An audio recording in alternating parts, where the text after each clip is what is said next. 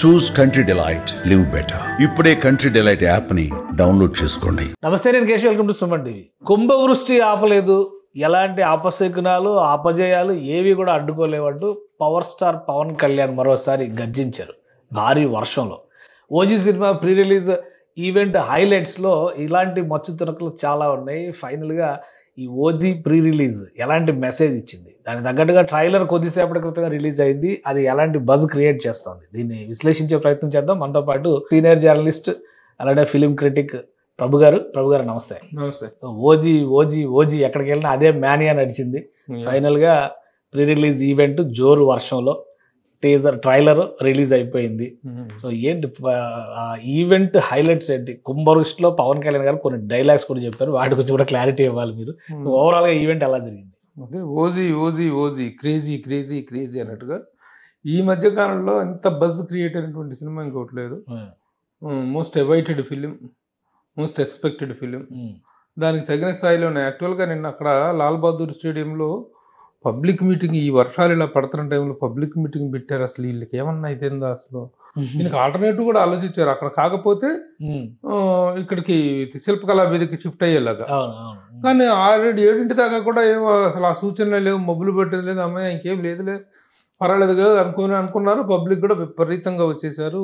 ఈ మధ్య కాలంలో Lal Bahadur stadium gallery full అవటం అనేటువంటిది మామూలు విషయం కాదు. అలాంటి వాతావరణంలో అయినా సరే ఎప్పుడైతే సభ స్టార్ట్ అవ్వబోతుందో అందుకుంది కుంభవృష్టి. ఇక అయిపోయింది, కంపు కంపు కంపు కంపు అయిపోద్ది అనుకుంటే ఎవ్వరూ ఎక్కడికి కదలలేదు. శుభ్రంగా వర్షాల్లో తడిసిన కరెంట్ స్తంభాల్లాగా అలా నిలబడ్డారు, పోల్స్ లాగా నిలబడ్డారు తప్ప ఎవరు వెళ్ళలేదు. That is the craze of the film, that is the craze of Pavan Kalyan. అదే అనిపించింది రాత్రి నిజంగా చూసిన తర్వాత. గతంలో ఒకసారి కూడా మన చిరంజీవి గారి సినిమాకి కూడా అనంతపురంలో జరిగినప్పుడు వాళ్ళు తెరవేరాయి, దానికి ఎలాంటి క్రేజ్ ఉందో ఎలా నిలబడిపోయారో జనం, అట్లాగే ఈ రోజున ఈ సినిమా కూడాను అలా నిలబడిపోయి సినిమా మొత్తం ఫంక్షన్ ఆద్యంతం చూడటం జరిగింది. కాకపోతే కొన్ని ఈవెంట్స్ అన్ని కుదించేసుకున్నాను. ఆ పరిస్థితుల్లో ఎవరు మాట్లాడినా సరే, ఎవరు వెయిట్ చేసినా పవన్ కళ్యాణ్ మ్యూజిక్ షో కూడా తగ్గించేశారు. పవన్ కళ్యాణ్ స్పీచ్ కోసం వెయిట్ చేయటం అనేటువంటిది. So that is the craze of the film. So Pavan Kalyan గారి స్పీచ్ ఏంటి హైలైట్స్? చాలా చాలా చమక్కులు చణుకులు చాలా విషయాలు ఉన్నాయి అందులో. ఆయన ఏదో చెప్పారు, పైన ఎక్కడున్నా కానీ కిందకి దింపేస్తానంటే చెప్పారు కదా డైలాగ్. ఏంటి డైలాగులు చాలా ఉన్నాయి. మోరాల్ అసలు తన గెటప్, సినిమాలో ఆయన ఎంట్రీ, స్టేజ్ పైకి వచ్చిన విధానం, ఎంట్రీ కానీ వచ్చిన గెటప్ కానీ. ఇప్పుడు సాధారణంగా అసలు తను పొలిటికల్ మీటింగ్లో చాలా చోట్ల చూస్తుంటాం, ఎంత పెద్ద మీటింగ్ జరిగినా సరే సింపుల్గా ఒక ఫైజ్మాలాలు చేసుకుని కూర్చుంటారు తప్పితే గెటప్ విషయంలో ఏమాత్రం కేర్ తీసుకోవటం కానీ ఏదో ఒక ప్రజెంటేషన్లో ఇప్పుడు తను రావట్లేదు ఈ మధ్య కాలంలో. తను ఒక ప్రజెంటెడ్ గెటప్లో మంచి ఆ సినిమాకి సంబంధించిన గెటప్లో చూడాలి, బయట ఆన్ స్క్రీన్. నాకేమనిపించింది అంటే ఆయన పొలిటికల్ ఇమేజ్ లోనే అందరికి కనిపించాలని డిసైడ్ అయిపోయారు ఏ ఈవెంట్కి వచ్చినా. బట్ ఇక్కడ మాత్రం బ్లాక్ డ్రెస్ కత్తి పట్టుకొని రావడం. అదే అదే అదే అదే ఎందుకు చెప్తున్నాను, తను ప్రజెంట్ చేసుకోవాలన్నట్టు తెర మీద ప్రజెంటేషన్ తప్పితే విడిగా తను ప్రజెంట్ చేసుకోవాలి, స్టైలిష్గా రావాలి, స్టైలిష్గా కనిపించాలి అనే యాంగిలే ఉండదు తనకి. అలాంటిది ఈ సినిమాకి గెటప్లో, ఒరిజినల్ గెటప్లో, ఆ సినిమా గెటప్లో వచ్చి కత్తి పట్టుకొని రావటం అనేటువంటిది ఆ సినిమాకున్న క్రేజు. దీనికి సుజిత్ ఇచ్చినటువంటి రిక్వైర్మెంట్, మాకు మీరు ఇలా కావాలి, ఈ సినిమాకి హైప్ రావాలి, ఈ సినిమాకి సంబంధించినటువంటి ఆ గెటప్ బాగా పాపులర్ అవ్వాలి అంటే మీరు రావాలని పట్టుబట్టడంతో తన అభిప్రాయాన్ని కానీ తన ఇదిని కానీ మార్చుకొని ఆ జోష్ని నింపటం కోసం, ఆడియన్స్లో అభిమానుల్లో ఆ జోష్ నింపటం కోసం ఆ గెటప్లో రావడం జరిగింది. ఆ గెటప్లో రావడం it self is the super hit function. అంత గ్రాండ్ సక్సెస్ అయిందంటానికి అది కూడా వన్ ఆఫ్ ద రీజన్. కత్తి పట్టుకొని రావడం, ఆ కత్తి పట్టుకొని తనే అంటాం మళ్ళీ ఒక డిప్యూటీ సీఎం అయ్యుంటే నేను కత్తి పట్టుకొని రావచ్చా అనేటువంటిది తనకు తానే వేసుకొని నిజంగా గెటప్ని హైలైట్ చేయడం కోసం తప్పితే అతనికి వేరే ఈ షోపుటప్పుల మీద ఎప్పుడు కూడాను క్రేజ్ లేదు. సో అందులో ఇంకో డైలాగ్ చెప్పారు ఆయన, ఆకాశంలో ఉంది నాకు తిరుగు లేదు అనుకునే వాళ్ళని కూడా నేను నేల మీదకి దింపేస్తాను అంటే స్పీచ్ లో ఆ కత్తి గురించి చెప్తా, కటానా గురించి చెప్తా ఆయన ఓ డైలాగ్ చెప్పారు. అదేంటో నాకు పొలిటికల్ డైలాగ్ లాగా అనిపించింది.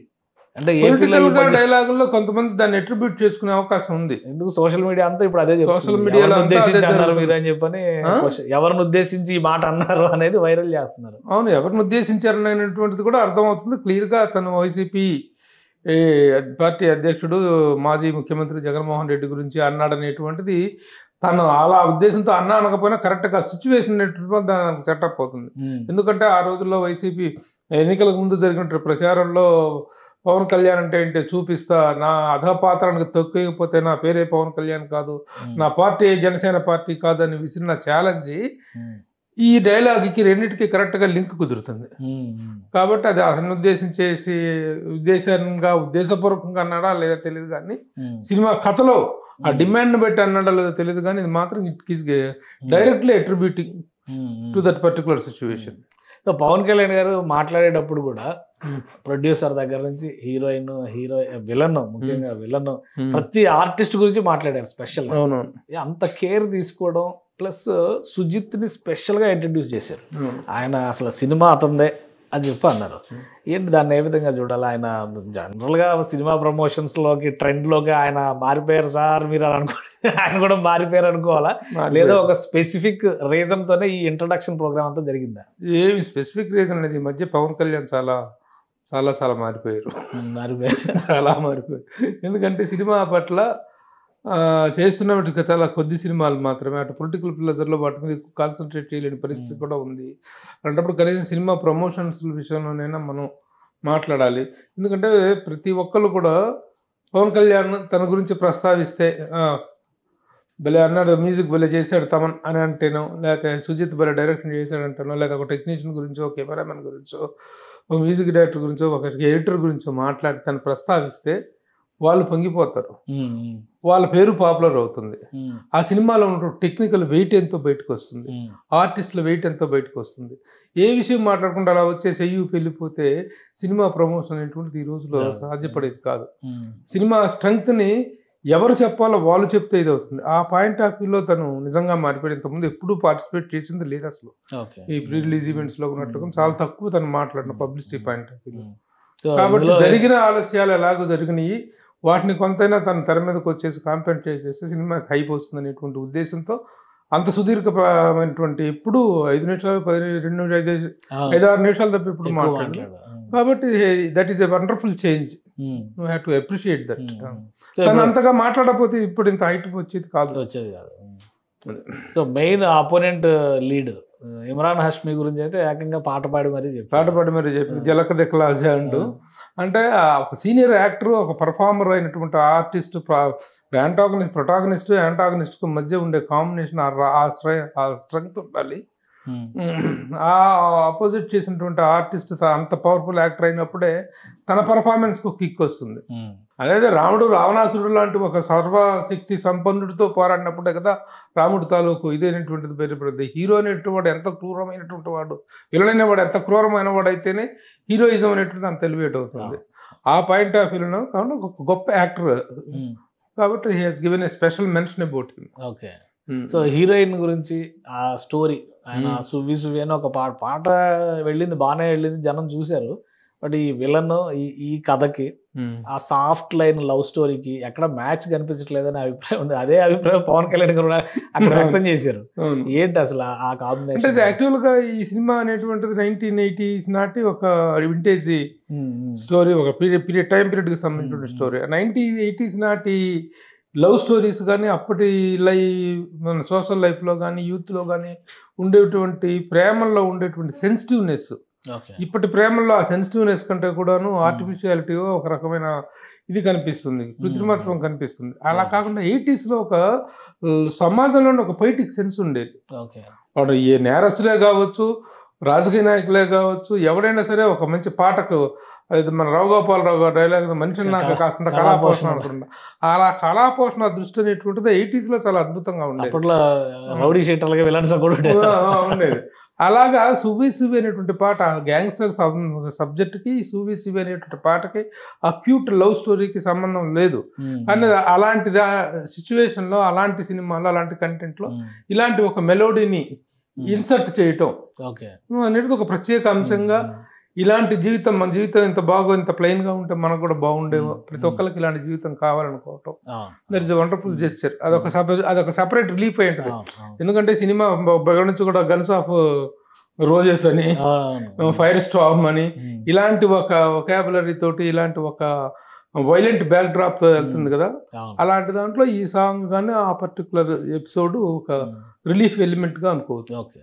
సో ఈ సినిమా ప్రీ రిలీజ్ ఈవెంట్, మామూలుగా ఇదివరకు ప్రీ రిలీజ్ ఈవెంట్ కంటే మ్యూజిక్ ఆడియో రిలీజ్ ఫంక్షన్లు ఉండేవి. సో ఇది ఒక రకంగా ఆడియో రిలీజ్ ఫంక్షన్ లాగా చేయాలనుకున్నారు ఫస్ట్ అయితే, ఎందుకంటే తమన్ మ్యూజికల్ నైట్ అక్కడ హైలైట్ అని చెప్తూ వచ్చారు. అదొక వర్షం వలన తుడిచిపెట్టుకుపోయింది.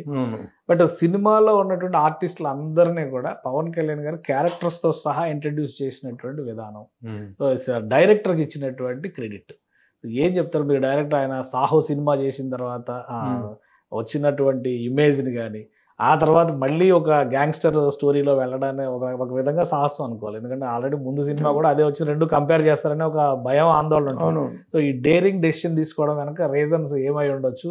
మీరు డైరెక్టర్ పర్ఫార్మెన్స్ విషయంలో ఇప్పటివరకు కొన్ని రిలీజ్ అయినాయి, సాంగ్స్ కానీ టీజర్స్ కానీ రిలీజ్ అయినాయి, ట్రైలర్ ఇవాళ వచ్చేసింది. సో మీరేం చెప్తారు దానికి? అంటే ఇతను సినిమాలు అంతగా సక్సెస్ కాలేదు కదా. ముందు కూడా ఒక సినిమా ఉంది తనది, సుజిత్ది, I'm not getting the name, అది కానీ సాహో కానీ this is the third film.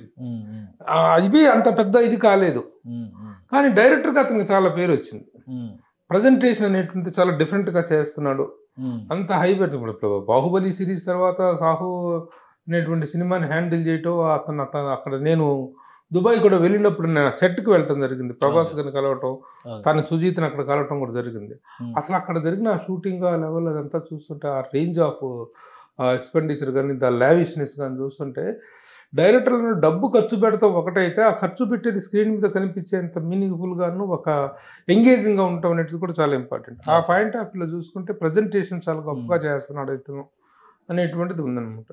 అలాగే త్రివిక్రమ్ శ్రీనివాస్ లాంటి తను డైరెక్టరు తనకు ఇంట్రడ్యూస్ చేశాడు పవన్ కళ్యాణ్కి. దాని తీసుకెళ్తే దానయ్య గారికి చెప్తే దానయ్య తీసుకెళ్ళిపోయి ఆయనకి పరిచయం చేయటం జరిగింది అనమాట.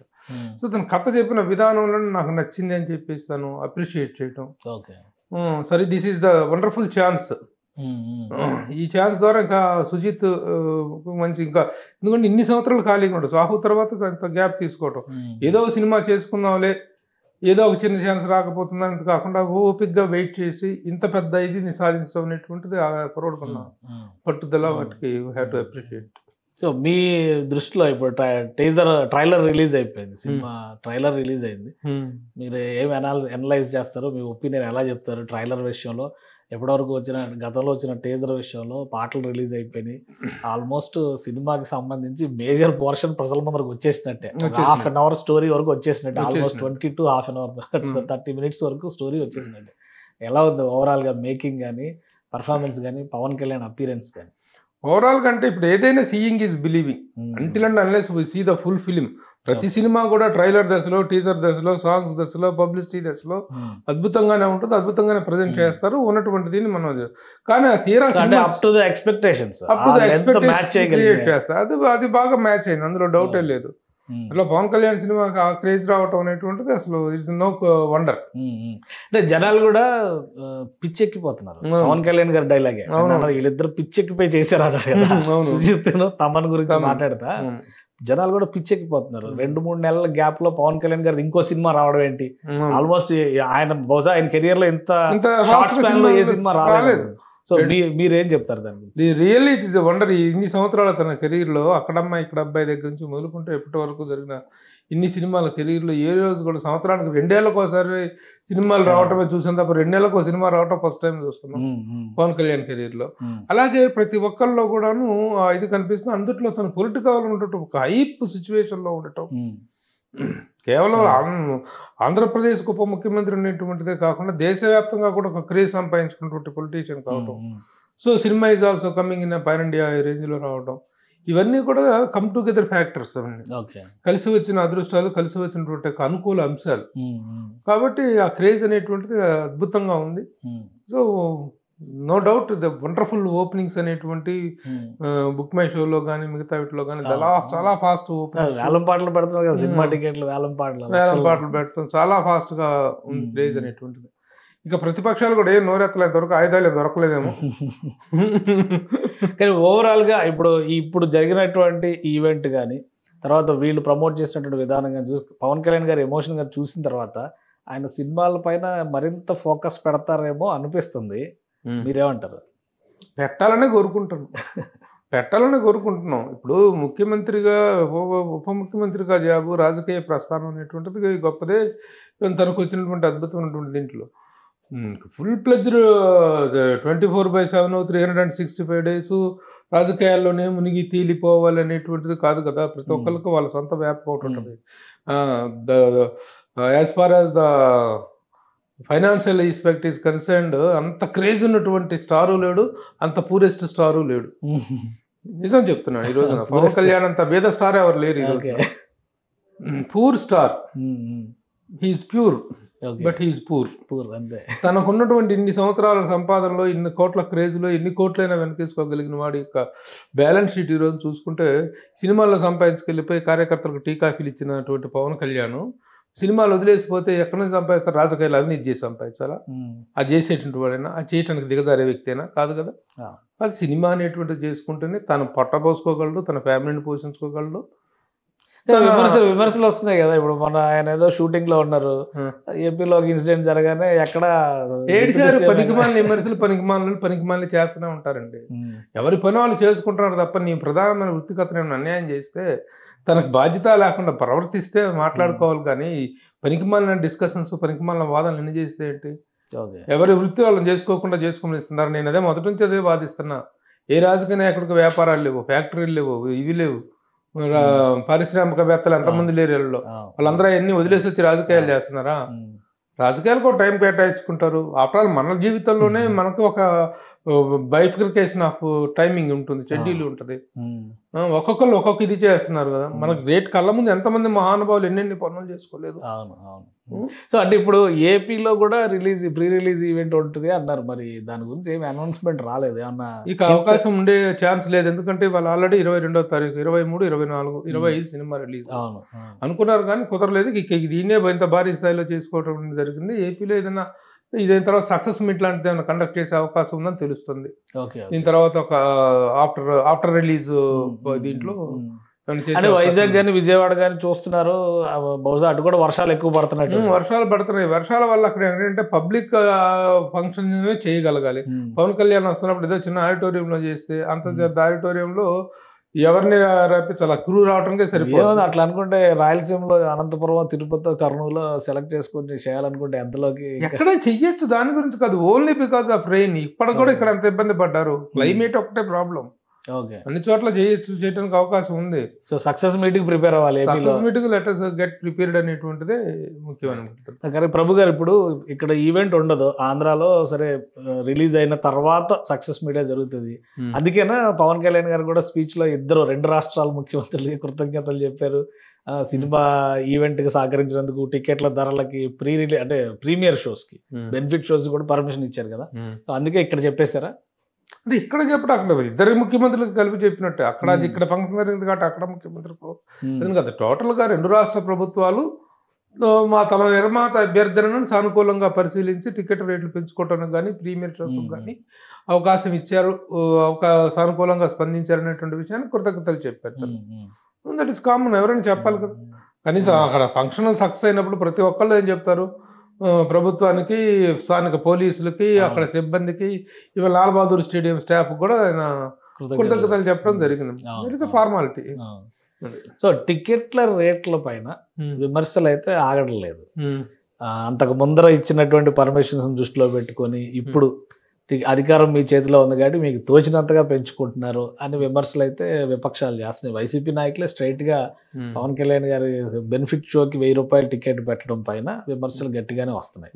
సో ఏమంటారు మీరు దాని గురించి? ఆ టికెట్ రేటు 1000 రూపాయలు కావాలని అడిగేది ఎవరు? పెంచుకోవడానికి అవకాశం ఇచ్చేది ఎవరు? అడిగేది నిర్మాత దానయ్య, ఇచ్చేది ప్రభుత్వం.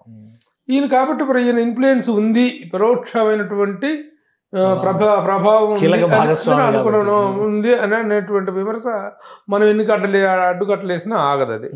అని 1000 రూపాయల టికెట్ పెంచుకోవటం అనేటువంటిది కామన్. ఈ గతంలో ఎప్పుడు జరగలేదంట కదా వైసీపీ వాళ్ళు అంటారు, మరి ఎప్పుడు అంత అమౌంట్ లేదు, 800 వరకే ఇచ్చారు. 800, 900 అప్ టు 1000, ఇంకా ఇంకో 1000 వరకు ఉండొచ్చు. ఇంకా అంత మించి జరిగితే ఒక ప్రత్యేకమైన ఫేవర్ జరిగిందేమో అనుకోవచ్చు. విత్ ఇన్ ద లిమిటేషన్సే కదా. విత్ అంటే బాటా రేట్ లాగా వాళ్ళు 799 చేశారు, మీరు ఇట్లా 899 చేయండి అనేటువంటి వ్యవసారాల వ్యవహారం కాదు కదా. ఒక ఇంత క్రేజ్ ఉన్న సినిమాకి 1000 రూపాయలు అనేటువంటిది మినిమంగా పెట్టారు. సినిమా సక్సెస్ని బట్టి, మా సినిమాకి వచ్చినటువంటి టాక్ని బట్టి వెళ్ళే వాళ్ళు వెళ్తే 2 వారాలు అడిగారు వాళ్ళు. 2 వారాలు కాదు 10 days అని ఇచ్చారు వీళ్ళు. కేవలం 10 రోజుల మాత్రం ఇచ్చారు. 10 రోజుల్లో కూడా సినిమా క్రేజ్ బాగుంటే చూస్తారు, లేదనుకుని లేదు. కానీ చాలా చోట్ల అభిమానులు వేలం వేస్తున్నారు టికెట్లు, 5 లక్షలకి అమ్ముడు పోయినాయి, 2 లక్షలకి అమ్ముడు పోయినా, వీటిపైన కూడా విమర్శలు వస్తున్నాయి. అసలు ఏంటి, ఎవరు వేస్తారో ఈ టికెట్లు? ఎవరైనా కొంతమంది క్రేజీ పీపుల్ తప్ప it is not a regular practice కదా. వేలం అధికారికంగా సినిమా టీంకి కానీ వాళ్ళకి ఎవరికో టికెట్ బుక్ మై షోలోనో దేంట్లోనే అడ్వాన్స్ బుక్ చేసుకున్న వాళ్ళు, వాడు ఫ్రెండ్కి ఒకటి వేలం వేసుకున్నాడు, అవతల క్రేజీగా అభిమాని పాడుకున్నాడు, బాలాపూర్ లడ్డూని పాడుకున్నట్టు అంతే. అది క్రేజీ. ఆ పాడుకున్న డబ్బులు కూడా జనసేన పార్టీకి విరాళంగా ఇస్తారంట, అది కూడా అనౌన్స్ చేశారు. అదన్నీ కంప్లీట్ ప్రైవేట్ వ్యవహారం. గవర్నమెంట్స్ కానీ యూనిట్ కానీ ఎవరికి సంబంధం ఉన్నట్టు వ్యవహారం కాదు. ఎవరు టికెట్ దొరికితే వాడు వేలం వేసుకుంటున్నాడు, మీకు కూడా దొరికితే మీరు చక్కగా వేలం వేయండి, మంచి రేటు పలుకుతుంది OG ticket. Right, thank you Prabhu garu విశ్లేషణ అందించినందుకు. ఇది ఓజీ సినిమాకి సంబంధించి ఫీవర్ స్టార్ట్ అయిపోయింది. అయితే ఆంధ్రప్రదేశ్లో ప్రీ రిలీజ్ ఈవెంట్కి సంబంధించి క్లారిటీ ఇంకా లేదు, కాబట్టి సక్సెస్ మీట్కి ప్రిపేర్ అవ్వాల్సిందే అని చెప్పని ప్రభు గారు చెప్తున్నారు. ఇక ఓవరాల్గా హైదరాబాద్లో జరిగిన ఈవెంట్ ఒక హైప్ క్రియేట్ చేసింది. జాతీయ స్థాయిలోనే కాదు, అంతర్జాతీయ స్థాయిలో ఈ సినిమాకి పెద్ద ఫాలోయింగ్ ఏర్పడిందని చెప్పని ప్రభు గారు అంటున్నారు. ఇక రాజకీయంగా చేస్తున్న విమర్శలు పట్టించుకోవద్దు, సినిమాని సినిమాగానే చూడాలి. పవన్ కళ్యాణ్ ఇక నుంచి ఫుల్ టైమ్ స్టార్గా ఉంటే కనుక సినిమాలు మరిన్ని రావడానికి అవకాశం ఉంటుంది. చాలా తక్కువ స్పాన్లో ఆయన 2వ సినిమా రిలీజ్ చేస్తున్నారు. టోటల్ కెరీర్లోనే ఇది ఒక అద్భుతమైన సందర్భంగా విశ్లేషించవచ్చని ప్రభు గారు చెప్తున్నారు. ఇది special discussion. Keep watching. Suman టీవీలో మీ పర్సనల్ అండ్ బిజినెస్ ప్రమోషన్స్ కోసం కింది నెంబర్కి కాంటాక్ట్ చేయండి.